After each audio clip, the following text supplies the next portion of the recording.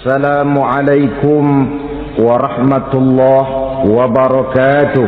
Waalaikumsalam warahmatullahi wabarakatuh.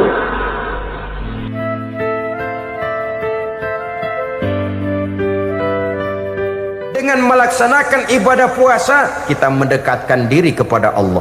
Dengan dekat kepada Allah, maka Allah pun dekat kepada kita. Sehingga dalam hadis qudsi dikatakan, ta'arraf ilallahi firraha ya'rifka fi syiddah.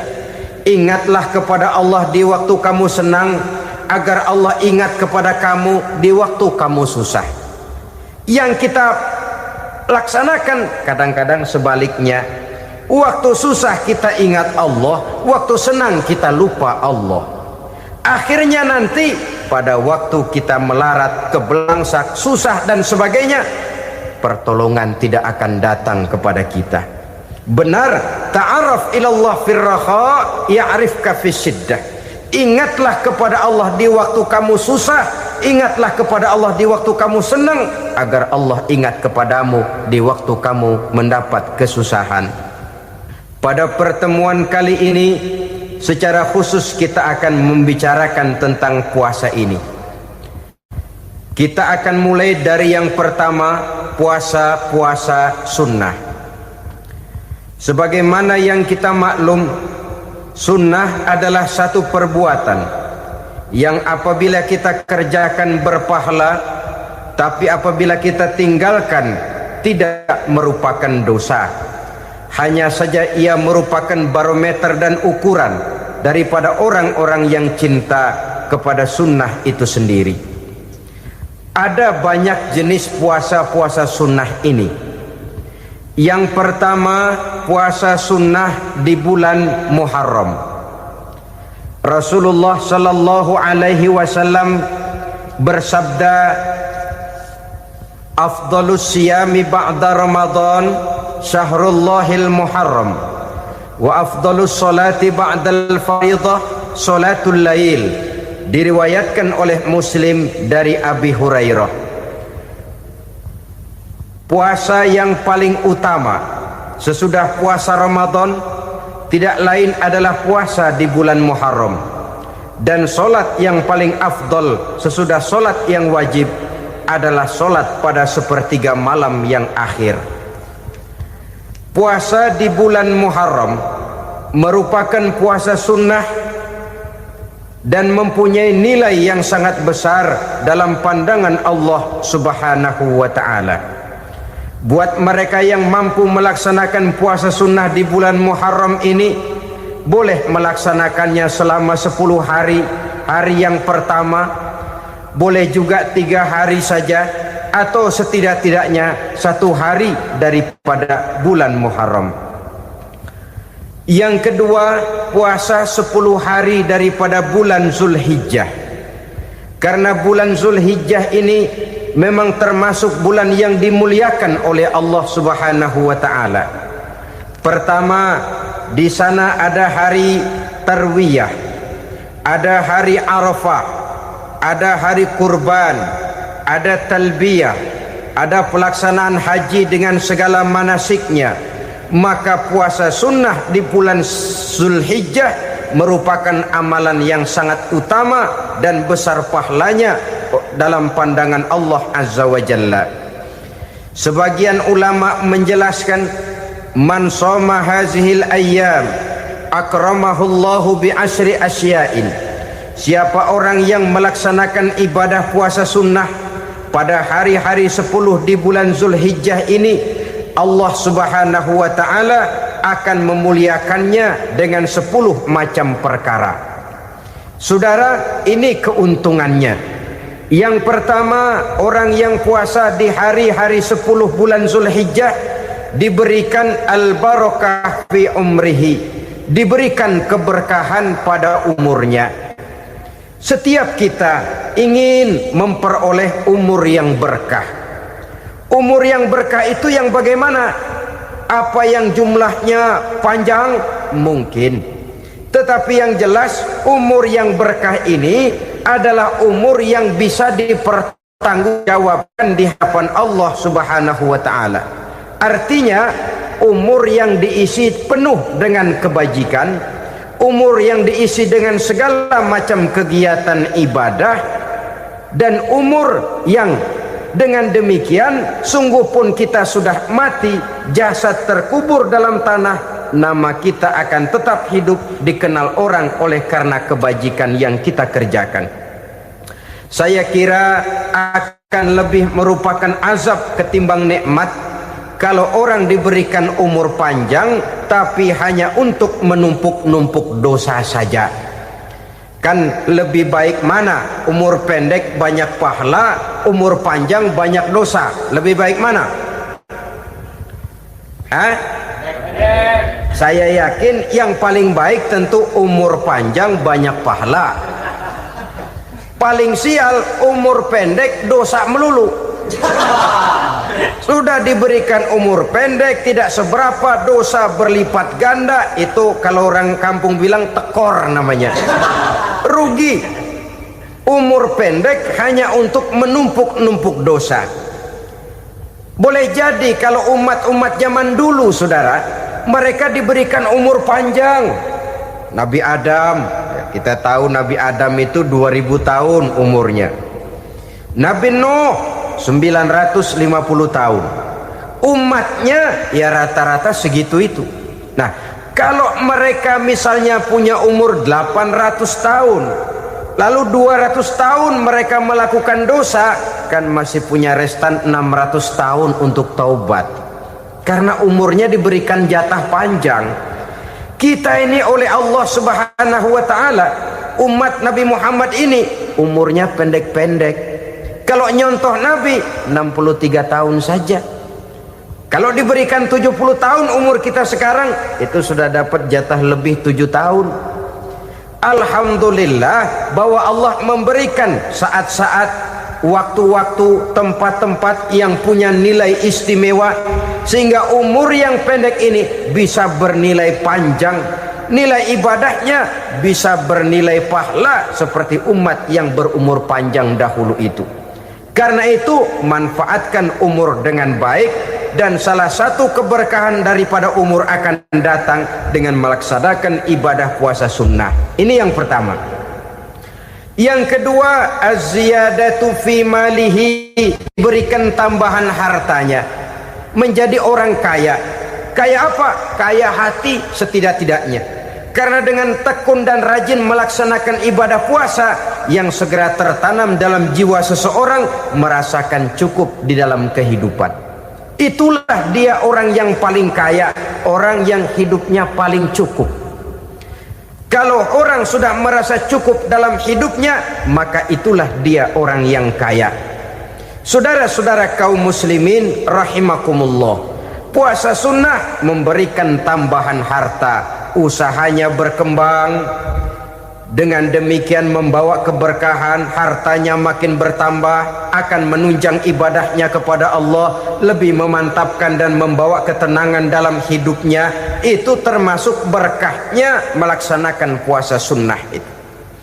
Yang ketiga, al-hifzu fi iyalihi, diberikan penjagaan, perlindungan terhadap keluarganya, anaknya sehat, sanak famili dan handai tolannya terjaga dan terpelihara dari segala malapetaka, dari segala mara bahaya, kesehatannya terjamin dan terpelihara. Itu sudah merupakan modal yang sangat besar di dalam kita mengarungi kehidupan. Sebab rasanya sulit untuk bahagia, duit kita banyak sekali, usaha kita selalu mendatangkan untung yang berlipat ganda. Tapi sebentar-sebentar anak kita sakit, yang ampek, yang korengan, yang kena musibah, ndak tak karu-karuan sakit, berobat sampai jutaan rupiah. Itu kan sudah tidak membawa kebahagiaan. Uang masuk yang begitu banyak jumlahnya, habis akhirnya untuk berobat saja. Sebenarnya hitung-hitung ya seri-seri juga. Usaha berhasil, duit banyak, habis untuk berobat. Lah sama juga saudara-saudara. Jadi dengan demikian, biar duit kita banyak, asal keluarga pada sehat saja, udah enak bener itu. Duit banyak, ekonomi cukup, keluarga sehat, nikmat rasanya menjalani kehidupan ini. Yang kiamat sudah duit kagak barang seperak, keluarga ampek semua. Kiamat sudah. Saudara hadirin yang saya hormati, jadi yang ketiga, Allah memberikan pemeliharaan terhadap keluarganya. Satu kali orang dipelihara Allah, tidak satu kekuatan pun yang bisa mencelakakan. Satu kali orang disengsarakan Allah, tidak satu tenaga pun yang mampu menyelamatkannya.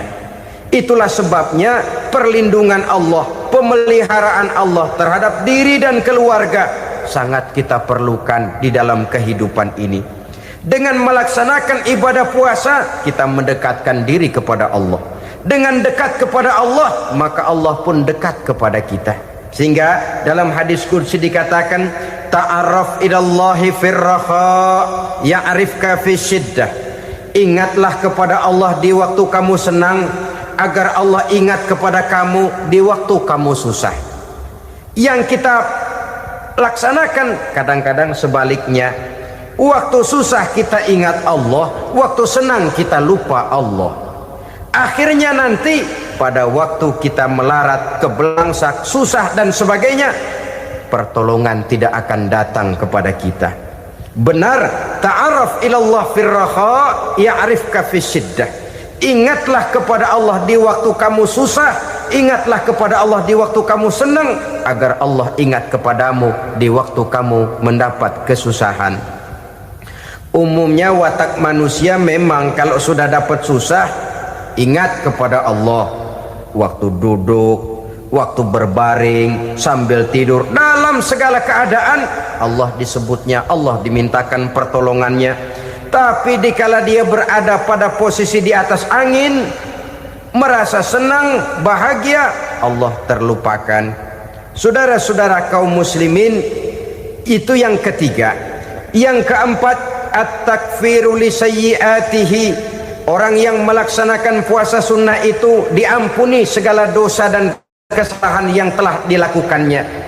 Dan yang kelima, at-tad'ifu li hasanatihi, diberikan balasan yang berlipat ganda dari segala kebaikan yang dikerjakannya. Satu berbalas 7, 7 bisa berbalas 10, 10 masih berbalas 100, masih ditambah dengan wallahu yudha'ifu liman yasha. Allah melipat gandakan pahala orang-orang yang dikehendakinya. Maka carilah satu kebaikan yang apabila kita kerjakan, dosa akan dihapus dan nilai pahalanya menjadi berlipat ganda. Satu kali kita bekerja, 2-3 pulau bisa kita raih dan kita jangkau. Yang keenam, orang yang melaksanakan puasa sunnah di bulan Zulhijjah, at-tashil li sakarati mautihi, diberikan kemudahan pada saat menghadapi sakaratul maut. Maut a mysterious problem. Dia adalah pintu yang setiap orang pasti akan memasukinya. Bahwa mati adalah mati, itu semua kita tahu. Tapi hakikat orang pada saat menghadapi mati itu kan berbeda-beda. Ada yang matinya itu gampang sekali, persis orang tidur saja, tidak nampak gelisah, tidak bikin susah yang hidup, tidak gelimpangan di tempat tidur, persis seperti orang mau tidur saja. Ada yang sulit sekali menghadapi sakaratul maut, gelimpangan di tempat tidur, bikin bingung orang yang nunggu. Kadang-kadang seperti kerbau digorok lehernya. Saudara-saudara, sulit menghadapi sakaratul maut. Oleh karena itu Rasulullah sallallahu alaihi wasallam sering beliau itu kalau berdoa membaca Allahumma hawin alayya fi sakaratil maut.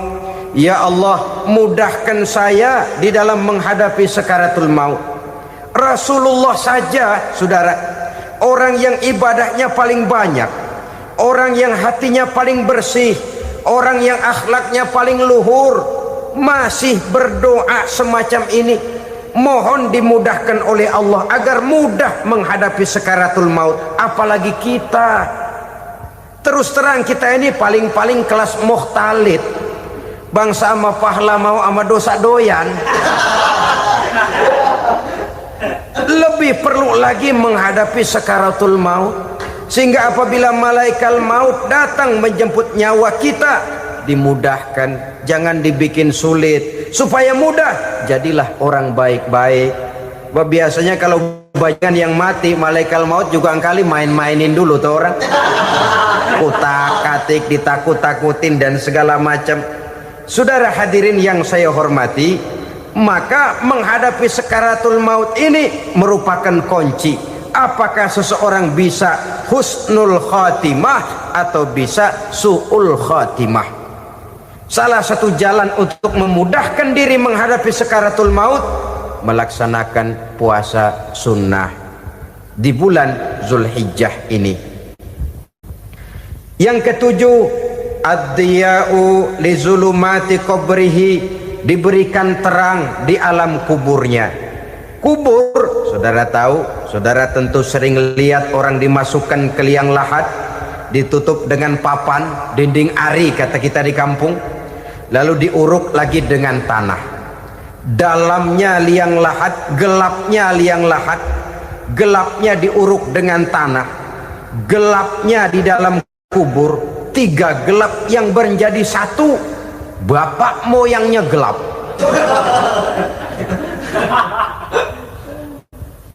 Puasa sunnah ini merupakan terang di alam kubur kita nanti. Yang kedelapan, at-tasqil limizanihi, diberikan keringanan pada timbangan di hari akhirat nanti.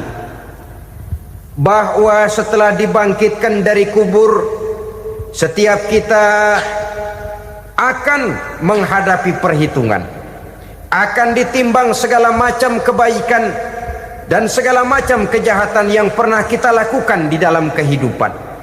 Orang yang melaksanakan ibadah puasa sunnah, at-tasqilu limizanihi, diberikan keringanan timbangan hari akhiratnya nanti.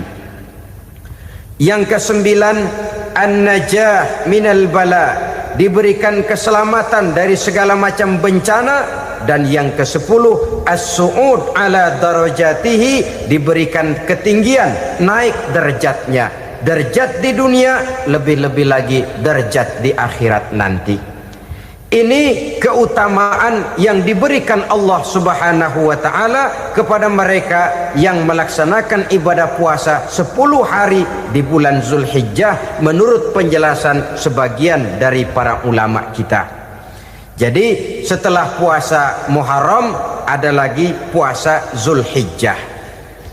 Kemudian puasa sunnah yang ketiga, puasa sunnah pada hari Senin dan hari Kamis. Apa sumber hukumnya? Diriwayatkan oleh Imam Muslim dari Abi Qatadah, Rasulullah sallallahu alaihi wasallam ditanya tentang puasa pada hari Senin. Kenapa Rasul melakukan itu? Beliau menjawab, zalika yaumu wulidtu fihi wa yaumu bu'istu au unzila alayya fihi. Hari Senin itu adalah hari di mana aku dilahirkan dan hari di mana aku dibangkitkan. Wahyu pertama turun kepadaku pun pada hari itu. Maka sunnah melaksanakan puasa pada hari itu. Adapun hari Kamis, ada hadis yang diriwayatkan oleh Imam Turmuzi dari Abi Hurairah, Nabi bersabda, tu'radul a'malu yaumul isnaini wal khamisi fa uhibbu ay yu'radu amali wa ana sha'im. Disetor amal setiap manusia pada hari Senin dan pada hari Kamis. Maka aku ingin, kata Nabi, agar pada saat amalku disetor itu aku sedang puasa. Jadi malaikat itu menurut riwayat ini mencatat dan menyetorkan catatan amalan seseorang pada hari Senin, hari Kamis. Tiap hari Senin amalan kita disetor oleh malaikat. Catatan terakhir tentu yang sedang kita kerjakan, sehingga yang masuk daftar, saya tinggalkan orang ini, dia sedang puasa. karena naik catatan amalnya pada hari Senin. Kamis diangkat lagi, catatan paling akhir, saya tinggalkan orang ini, dia sedang puasa. Itu makna fa uhibbu ayyurada amali wa ana shaim. Aku senang kalau pada saat amalku disetor, catatan paling akhir aku lagi puasa. Satu keistimewaan. Alangkah celaka tiap amalan disetor kita sedang berbuat jahat. Senin, Kemis, teler, mabok, judi. Tiap amalan disetor, catatan akhirnya saya tinggalkan si fulan lagi teler. Laporan Senin. Kemis laporan lagi, saya tinggalkan si fulan lagi mirit kartu. Saudara hadirin yang saya muliakan, alangkah jeleknya catatan kita. Oleh karena itu sunnah puasa pada hari Senin dan hari Kemis. Ini amalan sunnah, saudara-saudara. Dan oleh karena ini amalan sunnah, sebagian ulama memberikan penjelasan, walaupun lupa niat, kalau sudah malam itu lupa niat, boleh niatnya sudah siang puasa sunnah ini, dengan catatan dari pagi belum makan apa-apa. Malam saudara lupa, tahu-tahu ingat ini hari Senin, dah jam 10, niatlah jam 10 itu sah puasanya, asal dari pagi belum makan apa-apa. Tapi kalau sudah dapat 2 piring baru niat jam 10, itu lain, ngojek namanya.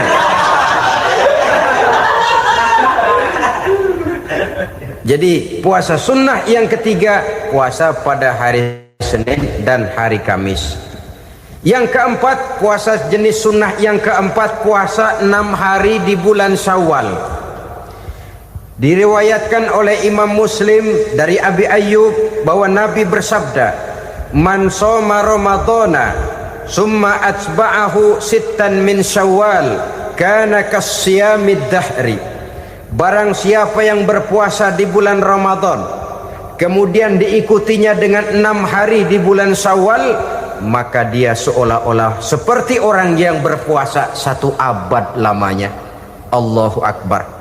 Demikian besar keuntungannya. 6 hari di bulan Syawal sama dengan orang yang berpuasa 1 abad lamanya. Ini fadailul a'mal, saudara-saudara. Jangan diartikan karena menang sudah puasa 6 hari bulan Syawal, Ramadan tahun depannya lantas nggak puasa. Kenapa? Ukurannya sudah 1 abad. Bukan itu pengertiannya. Ini mendorong orang memberikan ganjaran pahala yang sedemikian besar. 6 hari setelah Ramadan, artinya di bulan Syawal. Tidak pada hari pertama Syawal, karena haram hukumnya berpuasa pada hari fitri itu. 6 hari di bulan Syawal. Tinggal lihat yang mampunya saja. Boleh berurutan, boleh tidak berselang-seling, boleh, asal saja jumlahnya 6 hari selama masih bulan Syawal itu. Hari ini 3 hari lagi, 4 hari lagi, diselang-seling atau berurutan, itu juga lebih baik. Puasa sunnah 6 hari daripada bulan Syawal. Kemudian yang kelima, puasa sunnah 3 hari pada setiap bulan. 3 hari pada setiap bulan. Diriwayatkan oleh Imam Bukhari dan Muslim dari Abi Hurairah. Abi Hurairah bercerita, "Ausani khalili sallallahu alaihi wasallam bisalasin." Kekasih saya Rasulullah berwasiat kepada saya, memesankan benar-benar kepada saya untuk melaksanakan 3 amalan yang terpuji. Pertama, siyamu salasati ayyamin min kulli syahrin. Puasa 3 hari dalam setiap bulan. Ini wasiat yang pertama. 3 hari pada setiap bulan. Tidak peduli bulan apa saja. Dalam artian ya bulan menurut perhitungan Islam ya. Muharram, Safar, Rabiul Awal, Rabiul Tsani, Jumadal Ula, Jumadil Akhir, Rajab, Sya'ban, Ramadan, Syawal, Zulqa'dah, Zulhijjah dan selanjutnya. 3 hari pada setiap bulan. Tanggalnya tanggal berapa saja. Lebih utama pada yang disebut Yaumul Bid. yaitu hari-hari di mana bulan menunjukkan purnama, tanggal 13, tanggal 14 dan tanggal 15 pada setiap bulannya itu disunahkan melaksanakan puasa. Itu wasiat pertama, puasa 3 hari pada setiap bulan. Wasiat yang kedua, warok'atai duha, melaksanakan sholat duha sekurang-kurangnya 2 rakaat. Itu wasiat yang dipesankan benar kepada saya, kata Abi Hurairah. Pertama, puasa 3 hari pada setiap bulan. Yang kedua, usahakan jangan meninggalkan 2 rakaat minimal daripada sembahyang duha. Kita tahu sembahyang duha itu sembahyang sunnah di waktu pagi seketika matahari naik sepenggalahan. Sekurang-kurangnya 2 rakaat, sebanyak-banyaknya 8 rakaat. Di antara fadilah atau keutamaan daripada sholat duha ini yaitu menyangkut masalah rezeki dan usaha. Kemudian wasiat yang ketiga, wa an utira qabla an anama. Beliau sangat berwasiat kepada saya untuk sholat witir sebelum tidur. Artinya sholat malam sebagai amalan sunnah di dalam kehidupan kita. Jadi saudara-saudara, dalam hidup ini kita akan selalu berbentur dengan keperluan. Kalau pada satu saat kita sudah sampai kepada tahap berpikir ini keperluan saya, tentu hal-hal semacam ini akan kita kerjakan. Kita belum tergerak melaksanakan ini semua oleh karena barangkali kita merasa belum memerlukannya. Karena itu marilah kita berusaha di samping melaksanakan puasa yang wajib juga melaksanakan puasa yang sunnah di dalam kehidupan kita. Ini jenis puasa-puasa yang sunnah. Kemudian yang kedua, ada macam puasa yang disebut puasa nazar. Hukum pelaksanaannya wajib apabila nazarnya sudah terwujud. Puasa nazar, puasa yang dikaitkan dengan suatu persoalan. Umpamanya, kalau saya lulus ujian, saya akan puasa 1 minggu lamanya. Begitu ujiannya ternyata lulus, dia wajib bayar nazarnya. Puasa 7 hari, tidak lagi sunnah tapi wajib karena dia nazarkan. Asal saja tidak sah nazar kepada yang makruh apalagi kepada yang haram. Umpamanya nazar kalau tembus 6 nomor mau puasa 3 hari. Itu nazar semacam itu bukan saja tidak sah tapi haram hukumnya. Tidak boleh nazar kepada yang makruh apalagi kepada yang haram. Jadi apabila maksud yang sudah kita niatkan tercapai, wajiblah nazar itu dibayar, yaitu kalau nazarnya sunnah melaksanakan ibadah puasa. Saudara-saudara kaum muslimin rahimakumullah. Jenis puasa yang ketiga kita kenal dengan puasa wajib. Dan ini kita laksanakan pada bulan suci Ramadan. Tentang teknis pelaksanaan ibadah puasa di bulan Ramadan sudah pernah saya bicarakan pada pertemuan tentang Ramadan dan Idul Fitri. Pada kesempatan ini saya hanya ingin mengajak bahwa di dalam melaksanakan ibadah puasa Ramadan ini, marilah kita mengadakan evaluasi. Kenapa demikian? Barangkali secara jujur, walaupun agak berat, saya masih harus berkata, masih banyak di antara kita umat Islam yang di dalam melaksanakan suatu ibadah terjebak dalam rutinitas ritual. Apa itu rutinitas ritual? Itu bahasa susah. Berhubung saya tidak ingin bicara yang susah-susah, kita bicara yang mudah-mudah saja. Maksud saya, banyak di antara kita umat Islam yang di dalam melaksanakan suatu ibadah itu hanya dengan prinsip asal sekadar gugur kewajiban saja. Akibatnya, sampai sejauh mana ibadah itu berhasil membentuk kepribadian diri kita, kita jarang mengadakan evaluasi dan penilaian. Solat yang penting gugur kewajiban, puasa yang penting sudah gugur kewajiban, haji yang penting sudah gugur kewajiban. Maka jangan heran kalau itu yang jadi prinsip, ibadah lantas tidak punya dampak dalam membentuk kepribadian diri. Banyak orang yang rajin sholat tapi munkarnya jalan terus. Sampai kadang-kadang kita bingung, yang sembahyang dia, yang nyolong dia. Puasanya kelihatannya tekun tapi tidak punya kepekaan sosial. Sama yatim piatu bersifat masa bodoh, sama fakir miskin malah gemes. Tidak lantas tumbuh kepekaan sosial walaupun dia sudah ikut merasakan tidak enaknya lapar dan haus.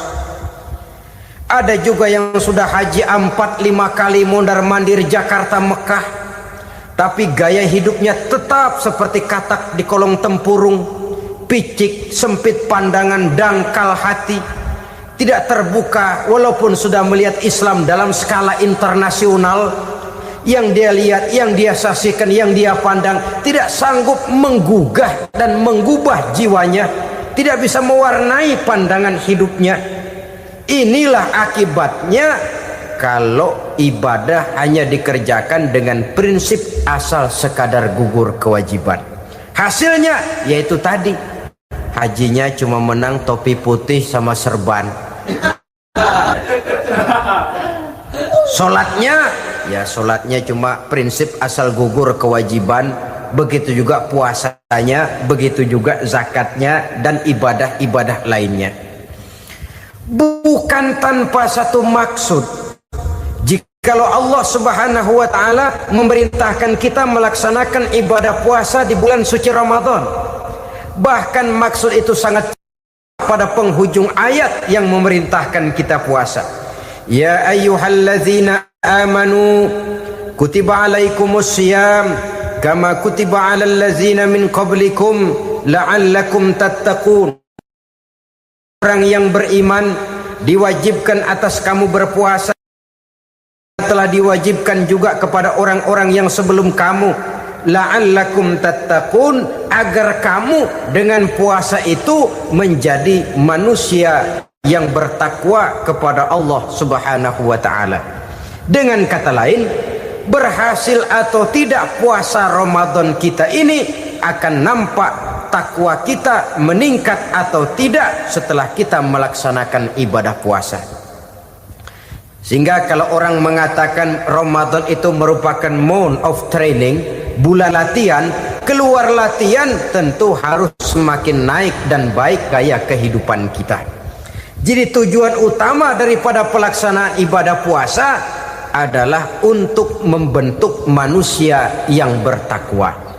Nah, takwa itu kata Imam Qusairi hurufnya ada 4. Ta, qaf, wawu, ya. Masing-masing huruf ini simbol dari pribadi orang yang bertakwa, bina dan dibentuk oleh pelaksanaan puasanya. Mari kita lihat.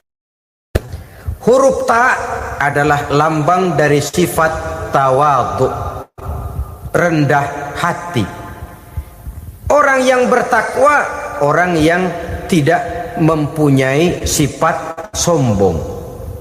Puasa menanamkan kita kesadaran terhadap kelemahan, terhadap keterbatasan, terhadap segala ketidakmampuan yang kita miliki. Ya Allah, baru sehari nggak kena makan, nggak kena minum, sudah begini lemesnya. Puasa memang kalau pagi orang masih sehat, masih terdorong oleh sahur, siang masih lumayan, tapi zuhur ke atas biasanya mulai sikap lemah manusiawi, keterbatasan kekuatan biologis itu mulai nampak. Dari sini tanam satu kesadaran, kalau begitu apa yang mau disembuhkan di hadapan Allah? Kaya, siapa sih orang paling kaya? Ilmu, siapa sih orang paling pintar? Pangkat, siapa sih orang paling tinggi jabatannya? Dari sifat semacam ini lahir introspeksi, rasa mawas diri, timbul sifat tawaduknya, rendah hatinya, tidak melonjak menjadi angku dan sombong lantaran sedikit kemampuan dan kekuatan yang dimilikinya. Lalu untuk sikap yang lebih jauh, terwujudlah, terbentuklah apa yang dinamakan stabilitas temperatur batin. Orang tetap konstan menjaga nilai-nilai idealisme yang pernah dimilikinya. Dia mulai dengan adil, dia berjalan tetap dengan keadilan, dan dia berakhir juga tetap dalam keadilan. Jangan mulainya adil, tengahnya setengah adil, di akhirnya malah zolim sama sekali. Ini tidak punya stabilitas temperatur batin. Kan banyak orang begitu toh. Mulanya benar, belakangan mau benar sendiri. Mulanya sudah rela berkorban buat kepentingan orang banyak, belakangan malah selalu mengorbankan kepentingan orang banyak. Waktu di bawah rajin baca ayat kursi, dapat kursi lupa ayat. Stabilitas temperatur batin, tertipu oleh perasaan seolah-olah situasi dan kondisi sudah serba memungkinkan, sudah serba menguntungkan. Orang yang dibentuk pribadinya oleh pelaksanaan ibadah puasa, dia sadar apapun keberhasilannya, apapun kedudukannya, apapun nilai kekayaannya, itu cuma sebagian kecil sekali dari apa yang ada pada zat Allah Subhanahu wa ta'ala. Hati tidak takabur, sesuai dengan namanya takabur dari kalimat takabbaro ya takabbaru, membesar-besarkan diri. Orang yang suka membesar-besarkan diri, orang yang tidak yakin bahwa dirinya orang besar, lalu dibesar-besarkan dirinya. Sebenarnya itu sudah satu sikap di mana dia tidak percaya kepada diri sendiri. Dirinya sebenarnya bukan apa-apa, cuma ingin dianggap besar, lalu dibesar-besarkan. Takabbur namanya. Puasa sekali lagi melatih kita menanamkan kesadaran akan kelemahan dan keterbatasan kita sebagai makhluk. Itu sikap tawadhu. Fir'aun, saudara tahu Fir'aun, lama-lama dia jadi raja, lupa diri dan lupa daratan, melonjak menjadi angku dan sombong sampai kepada puncak kekurang ajarannya, memproklamirkan dirinya menjadi Tuhan. Hitler juga begitu. Pendeknya orang manakala tidak ada kesadaran tentang dari mana segalanya berasal dan kemana segalanya akan kembali, dia mudah out of control. Kalau sudah out kontrol, maka dia akan melakukan perbuatan yang melampaui batas. Itu yang pertama. Jadi orang takwa, orang yang rendah hati, salah satu tujuan daripada pelaksanaan ibadah puasa menanamkan sikap rendah hati. Dari sikap rendah hati ini yang timbul lalu apa? Kepekaan sosial. Kalau saya puasa, saya sudah merasakan bagaimana tidak enaknya lapar. Saya sudah merasakan bagaimana tidak enaknya haus. Tapi bagaimanapun, saya lapar cuma sebentar, saya haus cuma sebentar. Selesai maghrib, lapar saya hilang, haus saya hilang. Bagaimana yatim piatu, orang-orang tua jompo yang perlu santunan, orang-orang miskin yang terkapar di kolong-kolong jembatan, yang tiap hari merasakan perasaan seperti ini, tanpa tahu kapan hidup dan nasibnya akan berubah. Tidur beratapkan langit, berselimut koran. Kalau demikian, saya ini beruntung. Kalau demikian, apa yang bisa saya lakukan untuk mereka? Kepekaan sosial ini lalu timbul dalam apa yang orang sekarang namakan solidaritas kesetiakawanan sosial. Hidup tidak hanya untuk kepentingan diri dan perutnya sendiri saja, tapi mau menolong, mau membantu orang yang memang memerlukan bantuan dan pertolongan itu sendiri. Jangan setelah tahu lapar tidak enak, haus tidak enak, tapi kita tidak mau tenggang rasa, tidak mau timbang rasa. Begini loh tidak enaknya lapar, begini loh tidak enaknya haus. Ini terjadi pada diri saya. Saya masih mampu, masih berbuka puasa. Bagaimana yang tiap hari merasakan seperti ini? Tidak Ramadan, tidak Syawal, tidak Zulqa'dah, tidak Zulhijjah, selalu kelaparan dan kehausan. Dari sana timbul kepekaan sosial. Lalu lahirlah sikap pemurah, dermawan, mau menoleh ke kiri dan ke kanan. Bahkan Al-Quran itu sampai mengancam betul. Ara'aita allazi yukadzibu bid-din fadzalika allazi yad'ul yatim wa la mendustakan agama. Islam mendustakan Islam. Salat dia tapi mendustakan salat. Puasa dia tapi mendustakan puasa. Siapa mereka itu? Fadzalika allazi yad'ul yatim. Merekalah orang-orang yang meninggalkan anak-anak yatim. Wa la yahuddu ala ta'amil miskin, dan tidak pernah memberi pertolongan, tidak memerintahkan memberi makan kepada fakir miskin, walaupun dia berada pada posisi dan kondisi yang memang dia mampu. Nah, kalau dia tidak mampu itu lain soal. Dia mampu, dia tahu, dan dia diam saja. Itu termasuk yukadzibu biddin, orang-orang yang mendustakan agama. Berlindung kita kepada Allah, jangan sampai termasuk ke dalam kelompok itu. Yang kedua, saudara, huruf takwa itu qaf. Qaf adalah lambang dari sifat qanaah. Qanaah artinya merasa cukup. Puasa melatih kita untuk bersikap cukup dalam hidup. Kalau kita perturutkan menjelang saat berbuka, menunggu waktu berbuka, istilah orang di Jawa Barat ngabuburit katanya, kita menunggu saat berbuka, segalanya saja ingin kita beli, segalanya saja ingin kita minum, semuanya saja ingin kita makan, sebab nafsu sudah begitu berupa. Perut sudah sedemikian lapar, kerongkong sudah sedemikian haus, rasanya semuanya saja ingin kita telan. Tapi tahukah kita bahwa setelah maghrib berbunyi, berapa banyak yang kita makan, berapa banyak yang kita minum? Sesuaikah dengan keinginan kita tadi siang? Tadi siang semuanya ingin kita makan, tadi siang semuanya ingin kita minum. Setelah berbuka, berapa banyak yang kita makan, berapa banyak yang kita minum? Itulah kehidupan. Segalanya ingin kita kuasai, segalanya ingin kita punyai, tapi berapa sih yang benar-benar kita perlukan? Maka orang kaya adalah orang yang hidupnya cukup. Orang miskin hakikat yang selalu merasa kurang. Bagaimanapun besar rumah, banyak uang kita, berpuluh kendaraan kita, kalau hidup selalu merasa kurang, itu artinya kita masih miskin.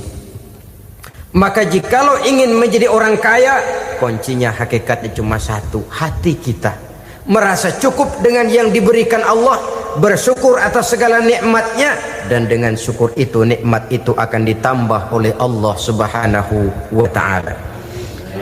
Puasa menimbulkan sifat qanaah, dan qanaah adalah watak daripada orang-orang yang bertakwa kepada Allah Subhanahu wa ta'ala. Seperti orang minum air laut, makin diminum makin haus, makin diminum makin kering tenggorokan. Begitulah orang berhadapan dengan materi. Tadinya dia akan senang kalau dia merasa punya tanah ratusan hektar. Sudah ratusan hektar tidak cukup, ngelamun lagi, alangkah nikmatnya kalau bisa beli gunung. Gunung dibeli, sudah punya gunung, lihat laut, aduh kalau laut juga bisa dibeli, beli lagi laut. Sudah punya laut, lihat ke atas, langit ada yang jual apa enggak ya?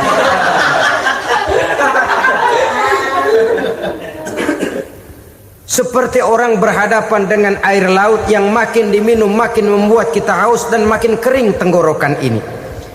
Maka itu harus dihentikan. Sikap untuk menghentikan itu tidak lain adalah dengan sifat qanaah itu tadi, merasa cukup dengan apa yang diberikan Allah, mensyukuri nikmatnya. Itu yang kedua. Yang ketiga, pada kalimat takwa ada huruf wawu. Wawu adalah simbol dari sifat wara dengan ain. Wara, orang yang terpelihara dirinya baik dari yang syubhat, lebih-lebih dari yang haram. Syubhat, saudara tahu, barang yang remeng-remeng. Tapi sungguh pun remeng-remeng, kira-kira prosentasenya 70-30. 70% haram, 30% kemungkinan halalnya. Maka yang syubhat lebih baik dijauhi daripada diambil. Orang yang punya kepribadian wara, dirinya terpelihara, jangankan dari yang haram, dari yang syubhat saja dia sanggup menjaga dan memelihara dirinya. Oleh karena itu saya heran kalau orang di bulan Ramadan dia sanggup menjaga diri di waktu siang dari jenis makanan yang halal, dari jenis minuman yang haram. Ada tahu nganggur di meja siang, enggak dia makan. Ada air teh nganggur di meja siang, enggak dia makan. Padahal itu jenis makanan dan minuman yang halal. Tapi ketika datang maghrib, dia berbuka dengan makanan yang dibeli dari uang yang dihasilkan dengan cara yang haram. Bukankah itu sesuatu yang terbalik? Bukankah dengan demikian sudah tidak lagi menimbulkan sikap yang bisa memelihara dan menjaga kepribadian diri? Orang yang membiasakan diri terpelihara dari yang syubhat apalagi yang haram, maka baik yang dipakainya, yang diminumnya, yang dimakannya terdirilah dari barang-barang yang baik yang dihalalkan oleh agama. Wara. Kemudian yang keempat, pada huruf kalimat takwa ada huruf yakin. Huruf ya, simbol dari sifat yakin. Orang yang puasa dibentuk kepribadiannya mempunyai satu keyakinan yang tangguh, dan keyakinan adalah ciri daripada orang yang takwa. Kita lihat yang dipanggil melaksanakan ibadah puasa ini kan iman. Karena memang sulit untuk melaksanakan puasa kalau tidak iman yang jadi dasar. Setidaknya seperti sudah pernah saya sampaikan, ibadah puasa ini memang sulit terkena penyakit show. Kalau kita sholat barangkali terangsang karena kelihatan orang lain. Kalau kita pergi haji mungkin jadi sugesti karena orang banyak tahu. Kalau kita bayar kita jadi terangsang karena banyak orang lihat. Tapi kalau sudah puasa itu kan yang tahu cuma kita dan Allah saja. Ya, kita sholat, orang lain lihat, kita jadi rada semangat. Kita pergi haji, orang lain banyak ngantar, kita semangat. Kita bayar zakat, orang lain banyak saksikan, kita bersemangat. Tapi kita puasa, siapa yang mau nyaksiin kita puasa? Siapa yang mau memuji kita puasa? Siapa yang mau menyanjung kita puasa? Itu cuma urusan kita dan Allah. Oleh karenanya dasar daripada pelaksanaan ibadah yang haus mencedik tenggorokan, segalanya jadi nikmatan. Tidak ada kerja yang lebih indah selain kerja yang didasarkan kepada satu keyakinan bahwa yang kita kerjakan itu adalah sesuatu yang benar. Dalam hal ini sesuatu yang diperintahkan oleh Allah Subhanahu wa taala kepada kita. Saudara-saudara kaum muslimin rahimakumullah. Demikianlah titik evaluasi kita. Jangan berpuasa hanya dengan prinsip asal sekadar menggugurkan kewajiban saja, yang akan berakibat Ramadan tahun ini berakhir begitu, Ramadan terjebak menjalani rutinitas ritualnya saja. Bahkan kadang-kadang yang nyata betul, Nabi menganjurkan tingkatkan ibadah pada 10 hari yang akhir di bulan Ramadan, tanggal 20 sampai akhir Ramadan. Yang kita praktekkan malah kegiatan ibadah kita justru menurun pada 20 Ramadan yang akhir. Coba lihat 20 Ramadan ke atas, itu pasukan tarawih paling kelas 60-70 tahun ke atas. Kemana yang lain sudah berpikir menghadapi lebaran, berpikir pulang mudik, berpikir macam-macam. Akibatnya konsentrasi ibadah lalu buyar. Dianjurkan Rasul tingkatkan ibadah pada 10 hari yang terakhir. Kita malah makin ke akhir makin lancip.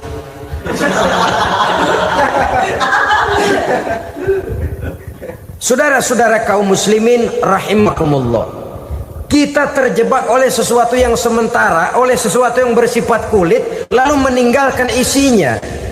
Padahal jikalau kita tidak mengisi Ramadan dengan kegiatan ibadah, berarti kita tidak keluar dari Ramadan dengan jiwa yang baru, yang sudah ditempa oleh pengalaman ibadah di bulan Ramadan. Artinya kita tidak kembali kepada fitrah, kesucian seperti saat kita dilahirkan. Lalu kalau kita tidak kembali kepada fitrah, apa yang mau kita rayakan pada Idul Fitri itu? Di mana letak kegembiraan kita? Di mana letak kebahagiaan hati? Kembalikah kita kepada fitrah? Tidak. Benarkah puasa yang kita kerjakan? Kelihatannya juga tidak.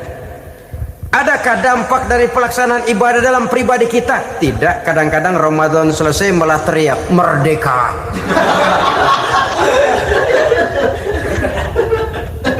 Kalau tadinya Ramadan dia merasa terhalang, mau keluar siang, mau makan siang, bulan puasa, mau minum siang, bulan puasa, mau gandengan, bulan puasa. Ramadan selesai, kibarin bendera, teriak merdeka. Lalu kembali merajalela. Saudara-saudara, dampaknya tidak akan kelihatan. Padahal puasa yang baik, la'allakum tattaqun, membentuk manusia yang bertakwa kepada Allah Azza wa Jalla.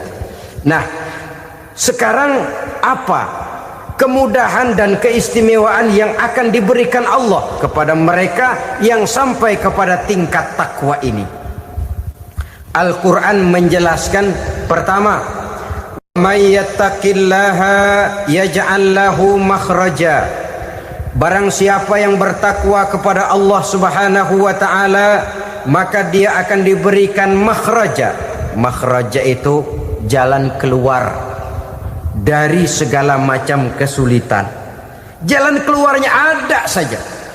Menurut ukuran kemampuan dia tidak mungkin, mustahil, tidak bisa, mana mungkin. Tapi pada waktunya ada saja jalan keluarnya. Termasuk jenis yang yaj'allahu makhraja. Orang yang bertakwa kepada Allah selalu diberikan jalan keluar dari segala kesulitan yang dihadapinya. Siapa sih orangnya yang tidak pernah sulit dalam hidup ini? Siapa orang yang tidak pernah mengalami kesulitan? Tapi kadang orang menilai, itu kelihatannya hidupnya enak aja ya, kayaknya nggak pernah mengalami kesulitan. Sebenarnya bukan tidak pernah mengalami kesulitan, Allah selalu memberikan jalan keluar dari segala kesulitan yang dihadapinya. Lah kalau Allah yang memberikan jalan keluar, tentu sangat mudah sekali. Orang yang bertakwa diberikan jalan keluar dari segala macam kesulitan. Satu. Yang kedua, wa yarzuqhu min haitsu la yahtasib. Dia akan diberikan rezeki oleh Allah dengan jalan yang tidak disangka-sangka. Rezekinya datang dengan cara yang tidak disangka-sangka. Gajinya mungkin kecil, tapi penghasilannya gede. Kan itu yang penting. Gaji dan penghasilan kan lain tuh. Boleh jadi gaji kecil, asal penghasilan gede, kan nikmat hidup itu. Nah, penghasilan ini ada yang bisa kita perkirakan. Bisa kita perkirakan. Misalnya gaji itu tadi. Kalau saya kerja, gaji saya begini. Ada rezeki yang masuk min haitsu la yahtasib. Tidak kita sangka-sangka, tidak kita duga-duga, tahu-tahu ada saja rezeki. Datang orang bawa persoalan yang mendatangkan hasil. Sebab rezeki, jodoh, maut memang seperti bayangan. Kita uber-uber dia lari, kita diem dia diem. Kan gemesin itu. Bayang-bayang itu begitu. Kita kejar, dia lari. Rezeki juga begitu. Kita diam, dia diam. Setengah mati yang namanya rezeki kita cari, kita uber, ngobek sampai ratusan bohong kita kerjain. Tapi memang belum waktunya, ya sulit untuk tembus. Tapi kadang-kadang giliran kita nongkrong di rumah, datang orang bawain rezeki. Itulah yang namanya rezeki. Tapi ini untuk orang yang bertakwa. Kalau tidak punya kredibilitas takwa, jangan lalu pakai ayat ini. Diberikan Allah dengan rezeki dengan jalan yang tidak disangka. Kan ada ayatnya dah. Kita mah manteng aja di rumah dah. Ntar juga tuh rezeki datang. Ini fasilitas yang diberikan kepada orang yang wa may yattaqillah, bertakwa kepada Allah, yarzuqhu min haitsu la yahtasib, diberikan rezeki dengan cara yang tidak disangka-sangkanya. Maka kadar ketakwaan jangan membuat kita buruk sangka. Tuh orang ya nggak kemana-mana, duitnya ada aja. Kalau dia takwa, Allah berikan jalan keluar. Yang lantas ngelihat kiai orangnya ahli ibadah, ilmunya tinggi, akhlaknya luar biasa, takwanya tinggi, rezekinya lancar, lalu husnuzon nih kiai nggak kemana-mana, duitnya banyak, miara tuyul kali ini. Itu termasuk jaminan Allah yang masuk kategori min haitsu la yahtasib. Yang ketiga, yaj'al lahu min amrihi yusra, dimudahkan segala urusannya. Dimudahkan segala urusannya. Kemudian yang keempat, yukaffir anhu sayyiatihi wa yu'azzim lahu ajra, diampuni segala kesalahannya dan dibesarkan pahala kebaikan yang dikerjakannya. Maka mudah-mudahan puasa yang kita kerjakan mengantarkan kita kepada ketakwaan kepada Allah, dan takwa membuka janji Allah kepada kita di dalam kehidupan ini. Bapak-bapak, ibu-ibu, saudara-saudara kaum muslimin rahimakumullah. Di dalam kehidupan kita sebagai seorang muslim, minimal 5 kali dalam sehari semalam kita mendengar seruan untuk mendirikan solat yang disebut azan. Ada kalimat menarik di dalam kalimat azan itu, yakni seruan hayya 'alal falah, marilah menuju kepada keberuntungan, marilah meraih kemenangan. Seruan ini adalah kecenderungan dari setiap manusia, apapun warna kulitnya. Artinya setiap orang dalam hidup selalu ingin meraih dan mencari kemenangan. Kemenangan akan melahirkan kepuasan batin, dan kepuasan batin memberikan kebahagiaan. Sedangkan kekalahan melahirkan penderitaan batin, dan penderitaan batin menjerumuskan seseorang di dalam berbagai bentuk kerugian. Jikalau inilah seruan azan, maka masalahnya ialah apa yang menyebabkan kita meraih kemenangan. Al-Quranul Karim memberikan tuntunan dan ajaran kepada kita bahwa orang-orang yang memperoleh kemenangan itu tidak lain adalah orang-orang yang bertakwa.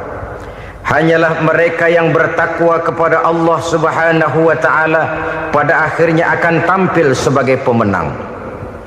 Lalu siapa orang yang bertakwa itu? Dijelaskan dalam awal-awal Al-Baqarah, orang yang bertakwa yang akan meraih kemenangan. Pertama, allazina yu'minuna bil ghaib, yaitu orang-orang yang beriman kepada yang gaib, percaya bahwa ada alam yang gaib, alam yang abstrak, alam yang tidak bisa dijangkau oleh salah satu daripada panca indera kita. Mereka percaya dan beriman kepada adanya malaikat, beriman kepada adanya iblis dan jin, beriman kepada adanya alam kubur, beriman kepada adanya alam mahsyar, beriman kepada adanya alam akhirat, beriman kepada adanya surga dan neraka. Beriman bukan cuma sekedar beriman dalam ucapan bibir saja, tetapi beriman yang nilai iman itu mampu mewarnai gerak dan gaya hidupnya. Iman yang meresap sampai ke tulang sumsum, kemudian memberikan dampak positif di dalam kehidupan manusia. Alam, kita tahu, adalah sesuatu yang selain Allah, dan Allah bukanlah alam. Apapun namanya selain daripada Allah, itu adalah alam. Alam pada hakikatnya terbagi menjadi dua. Ada alam syahadah, alam nyata, alam konkret, alam yang bisa dijangkau oleh salah satu indera kita. Kemudian ada alam ghaib, alam yang tidak bisa dijangkau oleh panca indera kita, alam metafisika, alam abstrak, alam yang wajib kita imani keberadaannya.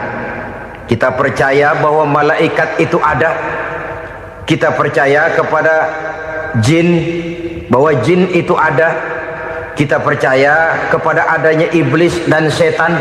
Bukan percaya kepada iblis dan setannya, percaya bahwa iblis dan setan itu ada. Itu termasuk salah satu daripada sifat orang yang bertakwa kepada Allah. Saudara-saudara kaum muslimin rahimakumullah, kecenderungan pembangunan yang lebih bersifat materialistis biasanya menggeser aspek kehidupan rohani. Orang berpikir empiri, dan dalam pola pikir yang demikian maka alam gaib tidak lagi mendapat perhatian. Aspek kehidupan yang bersifat rohaniah malah mulai ditinggalkan. Akibatnya terjadilah kepincangan di dalam kehidupan kita. Pernah ada satu pengalaman pribadi dalam perjalanan kembali ke tanah air. Dalam pesawat di sebelah kanan saya duduklah seorang Jerman namanya Heiner Simonsen.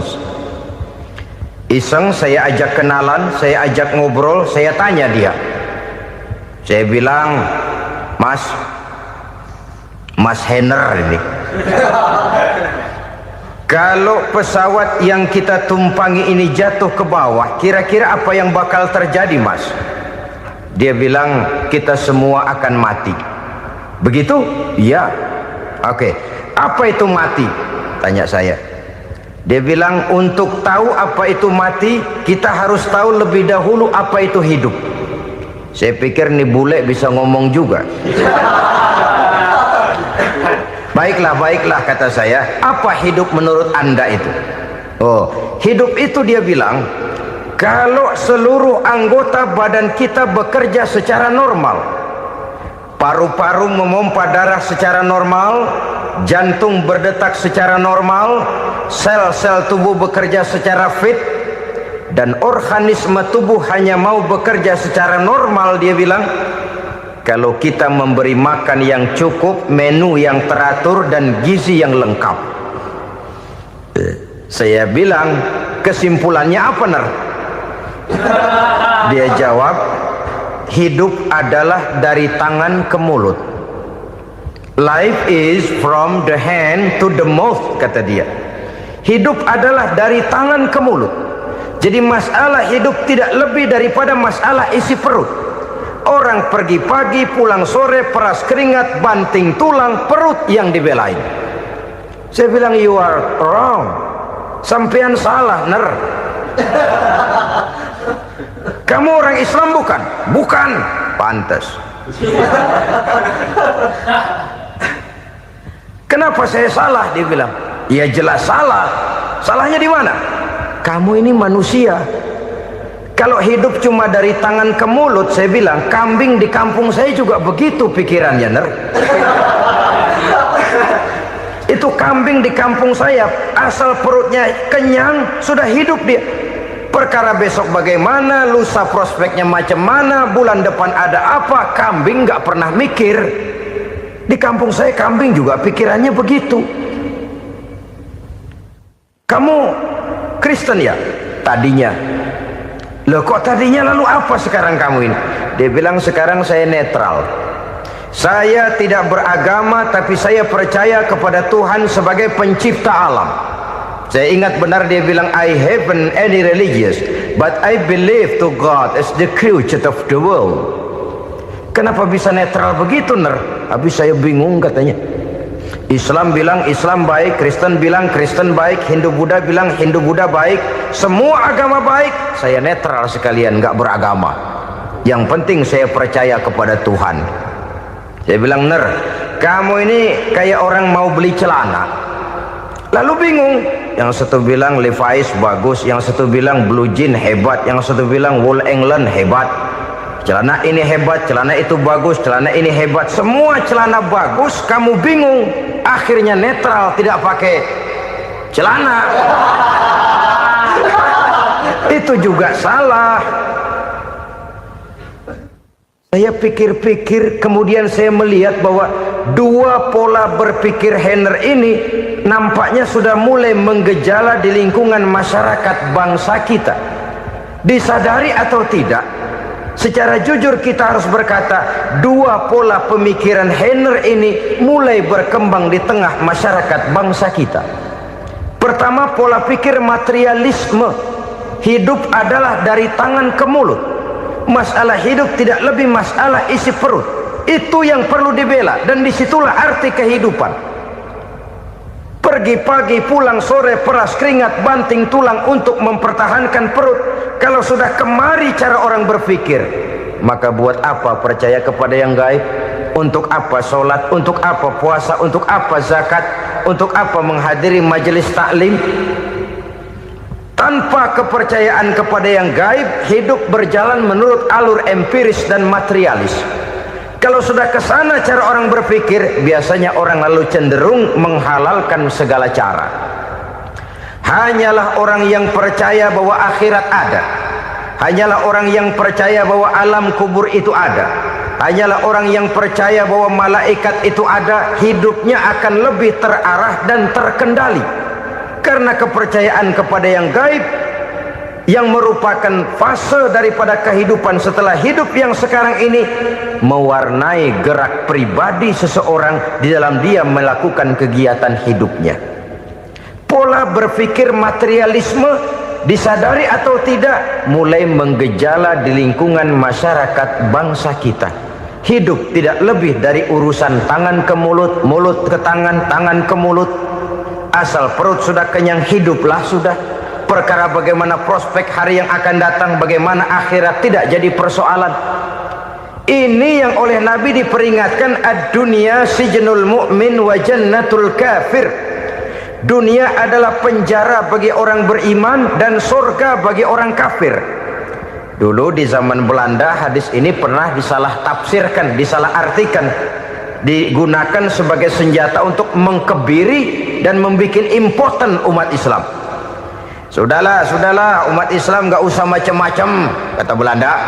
Dunia ini kan penjara buat orang Islam, surga buat orang kafir. Di penjara jangan bertingkah.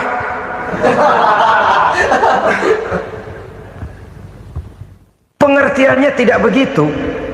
Dunia adalah penjara bagi orang mukmin. Artinya dalam kehidupan dunia seorang mukmin tidak bebas memperturutkan hawa nafsunya. Di penjara hawa nafsunya itu. Sebaliknya, surga bagi orang-orang kafir. Buat orang kafir, surgalah dunia ini. Mereka bebas memperturutkan hawa nafsunya. Dilarang tidak terlarang, dicegah pun tidak tercegah. Mereka hidup menurut alur bisikan nafsu mereka sendiri. Kemudian bila ajal datang, maut merenggut nyawa, selesailah surganya sampai di situ. Maka bagi orang-orang yang tidak percaya kepada adanya akhirat, kepada adanya alam gaib, surganya sebatas umurnya. Sekali lagi, surganya sebatas umurnya. Bila umur selesai, ajal pun datang merenggut nyawa, selesailah sudah surganya sampai di situ. Alangkah pendeknya perjalanan orang-orang yang tidak percaya kepada alam gaib ini. Bagi kita mukmin, jikalau kita mampu memenjarakan hawa nafsu, kita bisa bahagia di dunia ini. Dan Islam memang tidak menyuruh kita sengsara di dunia. Raih dunia, kejar dunia, gapai dunia sebagai alat untuk mencapai kebahagiaan di akhirat nanti. Hidup adalah satu perjalanan panjang yang terbentang sejak kita terlahir dari alam rahim sampai kepada alam akhirat nanti. Andai kata kita gagal meraih kebahagiaan di dunia, toh kita masih punya akhirat.